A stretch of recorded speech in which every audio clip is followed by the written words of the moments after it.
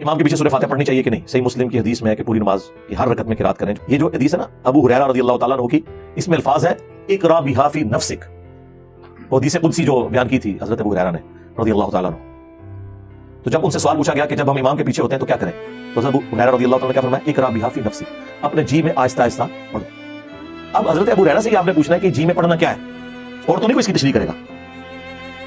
تو جز القراء امام بخاری کی کتاب میں حضرت ابو ہریرہ کا قول ہے کہ امام کے 2 سکتے ہوتے ہیں، ایک فاتحہ سے پہلے اور ایک رکوع سے پہلے. تم ان سکتوں کو سورۃ الفاتحہ پڑھنے کے لیے غنیمت سمجھو.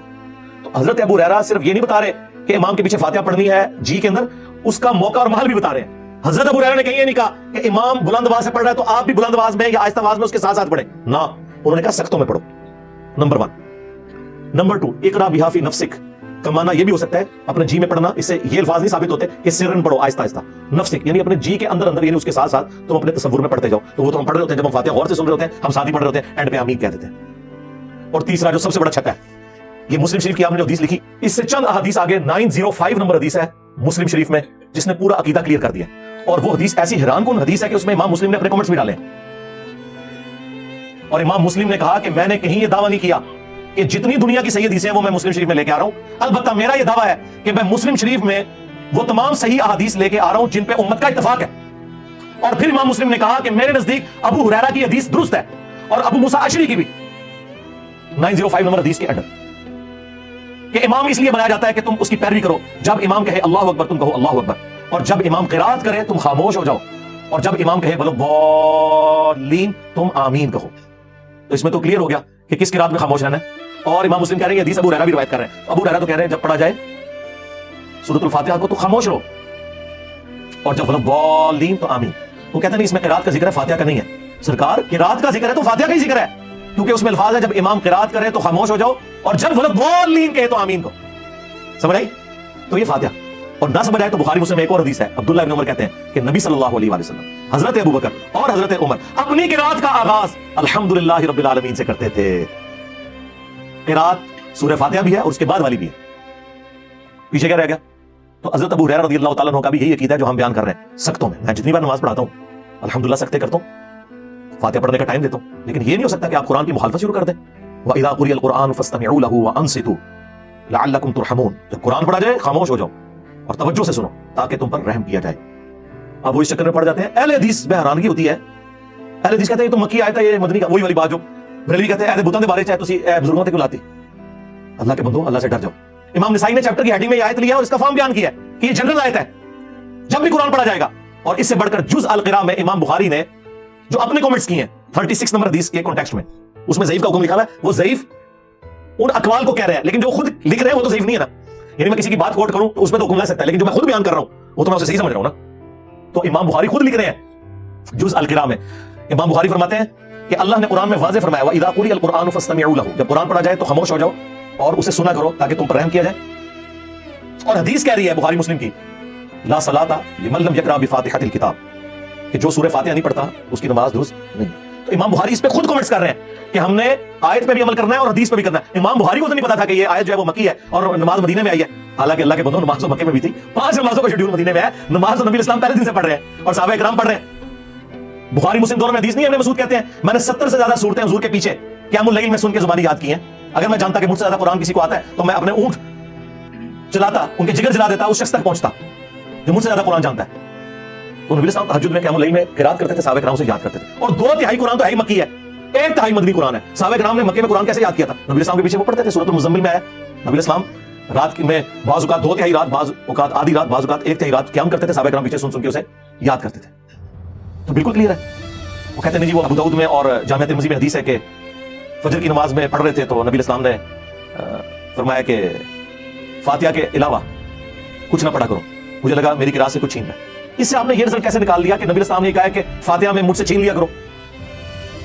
فاتحہ کی آپ نے ترغیب دلائی. یہ آپ نے کبھی بھی نہیں کہا کہ میرے ساتھ ساتھ پڑھو. نبی اسلام ہر آیت کے بعد ایک وقفہ کرتے تھے. نبی اسلام رکوع سے پہلے سکتہ کرتے تھے. تو حضرت ابو ہریرہ کی وہ بات یاد رکھیں، ان سختوں کو غنیمت جانتے ہیں. اور بلکہ جز القراء میں امام بخاری نے نقل کیا ہے کہ ہمارے سلف تابعین کے حوالے سے کہ وہ سکتے کیا کرتے تھے اور امام انشور کرتا تھا کہ پیچھے والے ان سختوں میں قرآن سورہ فاتحہ پڑھ لیں. قرآن کے ساتھ قرآن والا معاملہ کوئی نہیں ہے جی. اور سن لینا کافی ہے. اور یہ جتنی باتیں میں کر رہا ہوں یہ افضلیت ہے.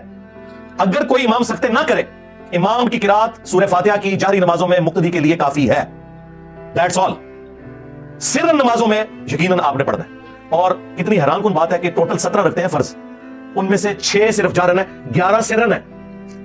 عشاء کی آخری 2 سرن, ظہر کی 4 کی 4 سرن, عصر کی 4 کی 4 سرن, اور مغرب کی آخری 1 سرن. زیادہ نماز وہی سرن ہے, اس میں آپ نے دکانوں کا حساب نہیں کرنا, بلکہ امام کے پیچھے فاتحہ بھی پڑھنی ہے. بلکہ سنن ابن ماجہ میں حدیث ہے, جابر بن عبداللہ رضی اللہ تعالیٰ عنہ کہتے ہیں کہ ہم نبی صلی اللہ علیہ وآلہ وسلم کے پیچھے سورہ فاتحہ اور قرآن بھی پڑھتے تھے. یہ نہیں کہ فاتحہ پڑھ کے خاموش ہو جانا ہے, بعض لوگ فاتحہ پڑھ کے خاموش ہو جاتے ہیں ظہر اثر میں, نہ, جتنا قرآن یاد ہے پڑھتے جائیں. ہاں, کیوں؟ بخاری مسلم میں حدیث ہے کہ نبی اسلام کی ظہر اثر کی جو پہلی 2 رکھتے ہیں ان کا قیام 30 آیات کے برابر ہوتا تھا. سورہ فاتحہ کے بعد 30 آیات. تو صحابہ کرام 30 آیات میں خاموش رہتے تھے, نہیں پڑھتے تھے قرآن. اور آخری 2 کا قیام 15 آیات کے برابر ہوتا تھا. مراد آخری 2 میں بھی سورت پڑھ سکتے ہیں, لیکن بخاری مسلم میں یہ ہے کہ نبی اسلام بس اوقات فرض کی آخری 2 رکعتوں میں سورہ فاتحہ پہ ہی اکتفا کرتے تھے, سورت نہیں ملاتے تھے. بخاری مسلم کے الفاظ ہیں, نبی اسلام بعض اوقات جو قرآن پڑھتے تھے 1-2 آیتیں اونچی بھی پڑھ دیتے تھے ظہر اثر میں, تاکہ ہمیں پتہ چل جائے کہ آپ کون سی سورت کی تلاوت کر رہے ہیں. ایک ایک چیز موجود ہے. مجھے بتائیں, یہ کہتے ہیں ہمارے بزرگوں نے اگر دین نہ جمع کیا ہوتا تو دین برباد ہو جاتا. برباد ہی بزرگوں نے کیتا ہے. اللہ جو بندے ہو, صرف بخاری مسلم وچ اتنی ٹائنیز ڈیٹیل موجود ہے. میرے سے پہلے کسی بزرگ کو توفیق نہیں ہوئی ہے کہ وہ بیان کرے کہ نبی اسلام کا قیام کس طرح کا ہوتا تھا, کتنی آیات اس میں پڑھتے تھے, لینتھ کتنی ہوتی تھی. ایک ایک چیز. یہ کسی بزرگ بابے کی کتاب سے نہیں ہے, حدیث کی کتابوں میں. ہاں, باقی جو جہرن ہے اس میں آپ سنیں, آپ کا سننا پڑھنے کے ایکویلنٹ ہے. اور اگر آپ لیٹ شامل ہوئے اور آپ نے فاتحہ نہیں سنی تو اللہ تعالیٰ نے اس معاملے میں آپ کو ریلیکس کیا ہے. وہ امام کا پڑھنا آپ کے لیے کافی تھا. ایون آپ اگر رکوع میں بھی مل گئے ہیں تو رکعت شمار ہوگی. امت کی اکثریت اس کے اوپر متفق ہے. اور یہ جو میں آپ کو عقیدہ بتا رہا ہوں جہرن والا, اس میں اگر تھوڑا سا کوئی تفرد بنتا ہے نا تو وہ امام بخاری کا ہے, ورنہ باقی سارے سنی اور شیعہ دونوں متفق ہیں. شیعہ کے نزدیک بھی جہرن نمازوں میں آپ نے سن لیا تو کافی ہے, پڑھنے کی ضرورت نہیں ہے. اور اہل سنت میں بھی چاروں امام قائل ہیں, امام حنیفہ, امام شافعی, امام احمد بن حنبل, امام مالک جو بڑے امام ہے, کہ رکوع میں رکعت مل جاتی ہے. علماء عرب سارے قائل ہیں. یہاں پہ اہل حدیث کی اکثریت قائل نہیں ہے, لیکن اہل حدیث میں بھی لوگ قائل ہیں. رہ گیا جہری نمازوں میں سن لینا کافی ہے. اس کے اوپر آلموسٹ اگر میں دعویٰ کروں نا کہ اجماع ہے, کیونکہ عبداللہ ابن مبارک کے بارے میں جامع ترمذی میں آتا ہے کہ وہ امام کے پیچھے فاتحہ پڑھتے تھے, اور ان سے پوچھا گیا کہ اگر کوئی فاتحہ نہ پڑھے تو وہ کہتے ہیں میں کبھی نہیں کہتا کہ اس کی نماز نہیں ہوتی, امام کا پڑھ لینا بھی کافی ہے, لیکن میں ساتھ پڑھتا بھی ہوں. یہ تو کبھی مسئلہ نہیں آیا تھا کہ جہرن میں بھی آپ نے دب کے رکھنا ہے. ہاں, اس ایکسٹریم پہ تھا امام حنیفہ کے نزدیک نہ سرن میں پڑھنا نہ جہرن میں, لیکن یہ غلو پہ مبنی ہے. امام مالک کا موقف پرفیکٹ ہے الحمدللہ, اور وہ یہی ہے کہ جہرن میں سننا کافی ہے اور سرن میں آپ نے پڑھنا بھی ہے. اور یہی موقف امام ابن تیمیہ کا ہے, یہی موقف شیخ البانی کا ہے, محدث اعظم سعودیہ. یہی موقف ہمارے استاد مولانا اسحاق صاحب رحمہ اللہ کا ہے. یہی موقف ہمارے استاد ڈاکٹر اسرار صاحب رحمہ اللہ تعالیٰ کا ہے. اور یہی موقف الحمدللہ قرآن و سنت سے دلیل کے ساتھ ثابت ہوتا ہے. اسی لیے آج سے آلموسٹ کوئی 5 سال پہلے میں نے ایک ویڈیو ریکارڈ کروائی تھی, نیو فاتحہ خلف الامام.